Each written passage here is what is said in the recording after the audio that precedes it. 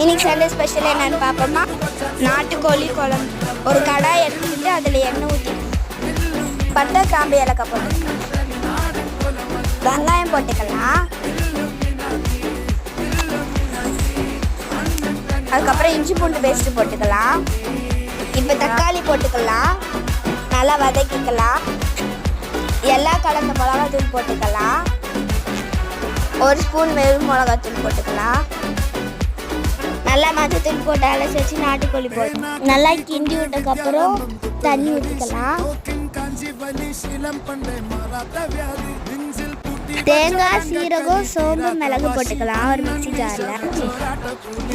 இப்போ நம்ம அதை நல்லா அரைச்சி பேஸ்ட்டாக ரெடி பண்ணிக்கலாம்.